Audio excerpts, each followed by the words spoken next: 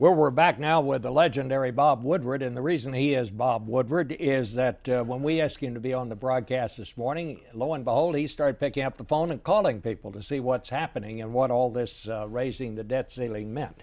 Bob, what's your reaction to what you heard Senator DeMint say? Well, one thing is just not factually correct. He said that was a vote to give President Obama a blank check. Raising the debt ceiling does not give the president a blank check. It just says we're going to pay the bills the things for we've already bought. That's already in the legislation. I mean, I think in calling around this weekend, what's very interesting is this is kind of a trifecta for Boehner. Talked to somebody, a key administration figure, who said what Boehner did was very gutsy. Now, you don't hear him talking like that in the Obama White House very often. This was somebody in the Obama White House said this? Is a key player saying John Boehner did the very gutsy thing. Now, it's what the president wanted. The second thing is the conservative press is praising Boehner. Like the National Review had a long article saying, "Well done, John Boehner." Haven't seen that for a long time. The third most interesting thing is the people who voted against Boehner, the Republicans who said, I don't want to vote to raise the debt ceiling. People like Paul Ryan are privately saying and making it very clear Boehner did the right thing. Now, this is when you look at it, a big victory for Obama, because he drew the line. He said, I'm not going to let you hold a gun to my head and blackmail me on this. And so it's a rare and very important victory. You know, I thought it was also interesting that, again, we had Ted Cruz over in the Senate, because what really happened here, and I mean, I think you can make the case that John Boehner was really looking out for his members. They knew this was gonna happen. Boehner let Democrats pass this in the House. His members could vote against it and say, we voted against it.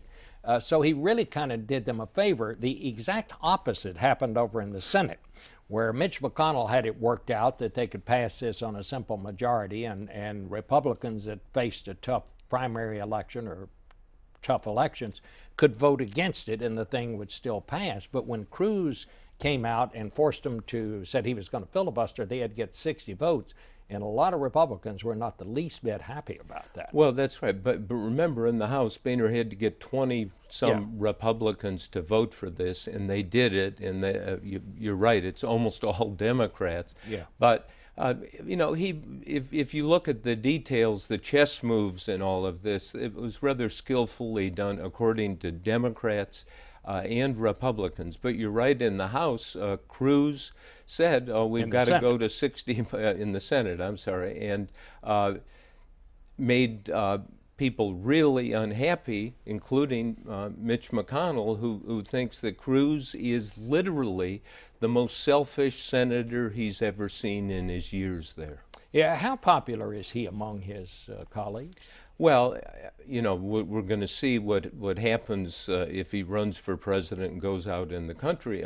Among his colleagues, they have that Senate policy lunch every week, and witnesses have told me he goes in there and he sits alone, and people will only sit next to him when there are no other available seats. And you know, when you sit alone for lunch, that's not a sign of a lot of support. So he's isolated. And you're talking about just a Republican gathering. This is when the Republicans in the Senate have their weekly lunch. And the Democrats look on this and they see a civil war.